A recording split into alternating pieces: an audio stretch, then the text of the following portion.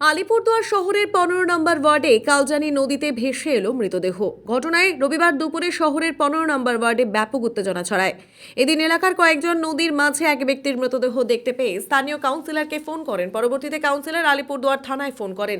পরে পুলিশ এসে মৃতদেহটি উদ্ধার করে। যদিও উদ্ধার হওয়া ওই মৃতদেহের নাম বা পরিচয় জানা যায়নি।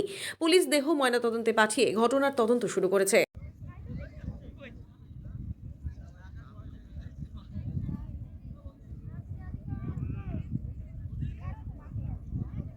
নমস্কার সুপ্রিয় দর্শক, আমরা একটু লাইভে জুড়লাম। ইতিমধ্যে দেখতে পাচ্ছেন নদীর চর দেখা যাচ্ছে এবং ইতিমধ্যেই কিন্তু আমরা চলে এসেছি আলিপুরদুয়ারের 15 নং ওয়ার্ড সংলগ্ন